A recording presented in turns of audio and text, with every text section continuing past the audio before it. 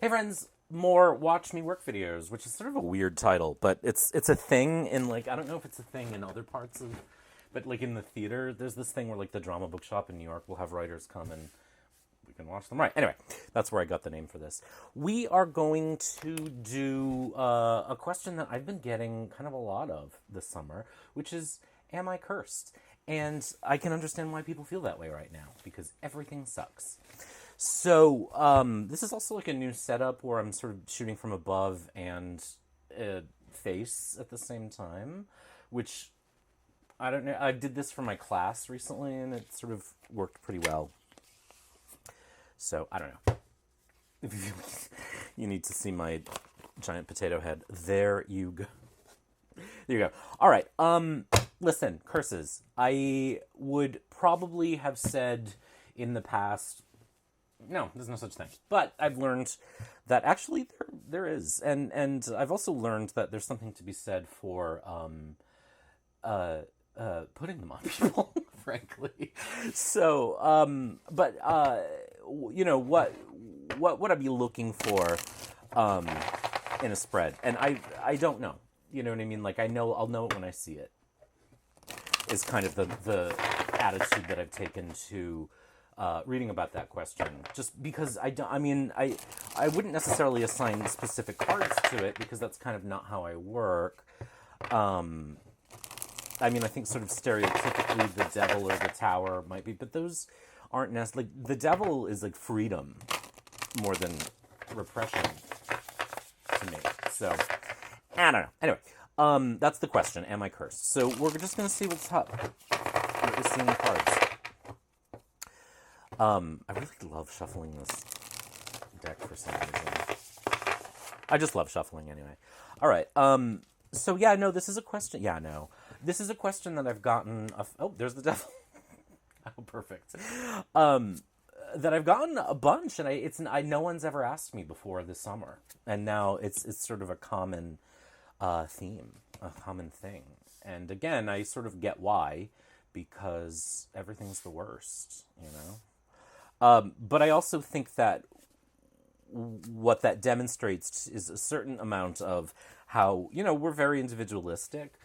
We tend, and I don't mean that as a judgment, right? Like it can be judgmental, but I don't mean it that way here.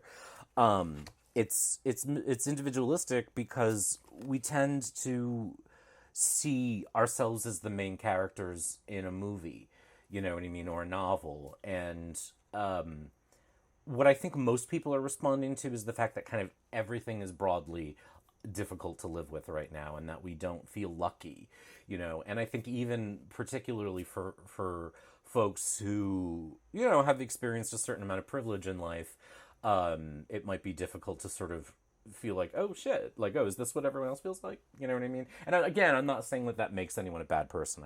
I think that's one reason why people may be like, wait, what's going on? I'm not used to feeling this crappy. And also the fact that for the last 6 years at least, there's been an activated fight or flight response for a lot of us. So anyway, ramble, preamble. How would I read for this question? So we've got the devil in the middle, and that might make folks go, oh yeah, you're cursed. But I don't want to jump to any conclusions yet, so I'm not going to. Again, the devil sort of represents something pre-societal. And when I say pre-societal, I think what I really mean is pre-Christianity and even pre-Abrahamic religions. I think that, I mean, the fact that the devil as a concept isn't sort of unique to Christianity, but it definitely kind of codified and like industrialized it, I guess, in a manner of thinking. And so when I look at pre-existent or pre-Christian, pre-Abrahamic faith, the devil kind of represents a more natural, for lack of a better term, concept there. You know what I mean? Something that's not kind of burdened by Christo-colonial norms and senses of what is good and wrong or good and bad, right? And so we might say, yes, that someone is using kind of pre-Christian magic on you, right, or something similar, but I don't know that that's what this is saying yet. What I get, first of all, is just that there's a pre-Christian atmosphere to the reading so far, and it's often a very freeing one, and it's often a very sexy one. But what this also could mean, and this is why context is so valuable as readers, it could also mean using magic that's not Christian, right? And so Christians don't hex, although they legislate their hate, right? We don't have that power, so we have to use other methods. And so this is, again, where like context matters, because what do I know about my client in this case? Right now, I'm going to say I don't know much of anything. They've just sat down, asked me this question, and I haven't asked about their cosmology. So I don't have much to go on here, and that means I'm going to have to reach for more context in the cards. So we move to the Ten of Swords, and no one really likes this particular card, and I get why, you know what I mean? It's never depicted particularly well, and certainly the Golden Dawn made it negative as well. Tens are completions, and their courses, they've run their course. You know, they're almost getting ready to start again. And I think that's why when we see the tens as negative, it's because we as humans don't love endings, you know, or transition points. We're afraid of them. So there's fear here. We are afraid of endings. And we're also in the realm of swords, so what we're getting is sort of intellectual fear or logical fear. It's like the mind meeting something it doesn't understand, and there's conflict there. And that's where the kind of blow up of the card, you know, it's a very hot card in terms of its coloring. And it's the sun in Gemini, I think, which is not a particularly like hot combo, right? But the feeling of the card is. And so to me, I start to feel like I'm afraid, or my client is afraid of intellect being where fear lives, right? Or in the heart, afraid of having been cursed by something kind of pre-Christian or something they don't understand is probably a better way to say that. So there's fear here, there's anxiety here, but there's not necessarily so far evidence of a curse. They may have encountered something they don't understand. And that lack of understanding has, wow. Like if we look at the way this card seems to be shattering through its, you know, there's actually some shattered swords and blades. So the fear is probably more what's working on the client in this case. So now I'm going to keep moving. I'm going to move into the rows. So we have the Ten of Swords, the universe, and art or temperance. So when I move up and I disconnect these two cards from each other and then connect this card to this row, if you want to think of it that way, I'm recontextualizing the 10. It may or may not have something different to say, but I'm contextualizing it now in terms of the other two cards that it's with. And it's with two pretty big cards, the universe, the world, and art or temperance. These are sort of big majors. You know what I mean? They are big things. It's not the most congruent row. Like, it almost seems it's taking on another topic, right? And I think sometimes where readers get lost is they'll say, oh, we're switching gears here. So obviously we're switching concepts, right? This reading isn't about you being cursed. It's about you and your fear of endings, right? But it might be, but we're still got to get the answer to the question, right? The client doesn't care, or whoever we're reading for, ourselves. They don't care if the reading isn't about that. They want to know if they're cursed. So I need to contextualize these in terms of that. So the universe is kind of everything. I think about it a lot. I don't think about it a lot. I think about it meaning a lot. A lot as in a ton of stuff, right? The world, it's everything. It's got the whole world on its shoulders.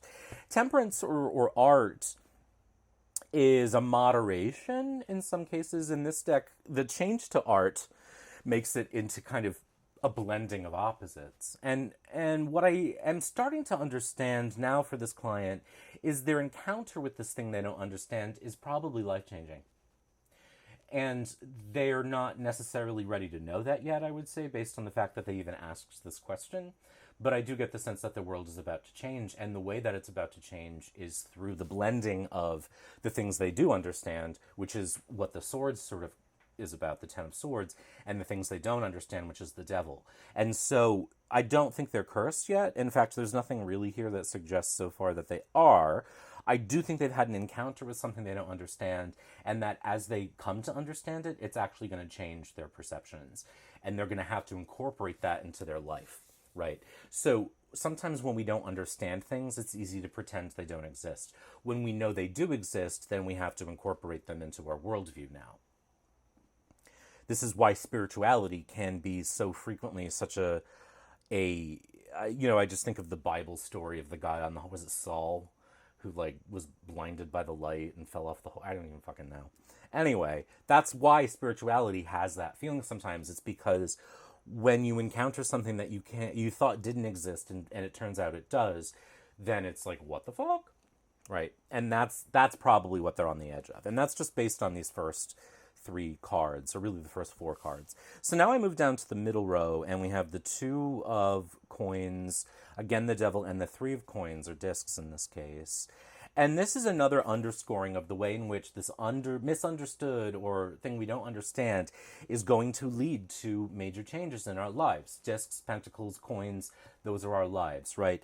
2 is attraction. So we're attracted to this stuff. We may be worried we're cursed, but what actually is happening is that we're turned on by what we've encountered.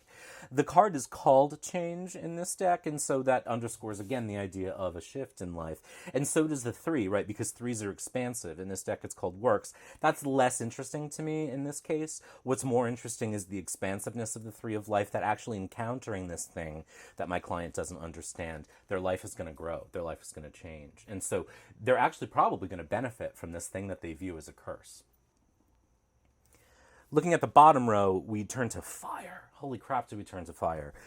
9 of Wands, 7 of Wands, Knight of Wands. And this ignites. So the devil is lighting a fire. They really are getting turned on by this.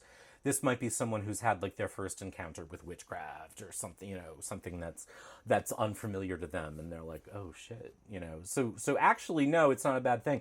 It kind of reminds me of I don't know, that sort of fairy tale thing where you're like, oh, I thought this was the devil, and it's actually the god of the forest kind of thing. It's like, I thought, it's actually reminding me, I just read the book Slewfoot, which has a similar plot. I really wish that book had not been so racist, because the rest of it was sort of astonishing, but the way they treat indigenous characters, the author, not good. Problem. So while I would love to recommend that book, I can't. The bottom row here, fire, anyway, it's like, whoa, whoa, whoa. And actually we go from like, I don't understand this, to holy fuck, does this turn me on, right? And maybe even they have to sort of moderate that a little bit, because the 9 is always a little bit too much. The 7 kind of comes along, regulates it, and then the Knight is like, okay, here's how I make this work in my life. So no, I don't think they've been cursed. I think they've encountered something life-changing. Spiritually probably, or something similar, that's going to make them see themselves and the world differently. I could stop here, but I do have the columns, and I find that when I do the spread, the columns tend to elaborate on what I already know by this point, but I like doing it.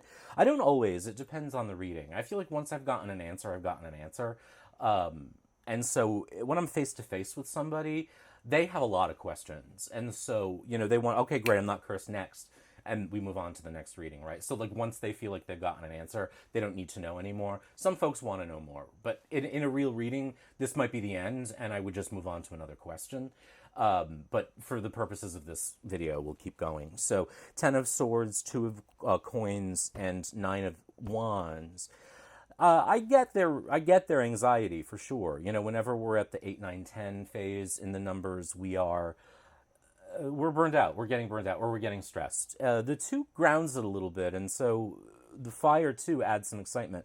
I think that though there is anxiety and some fear here, I think they know deep down that they're pulled to this. They know that this has arrived in their life because there is a call to it.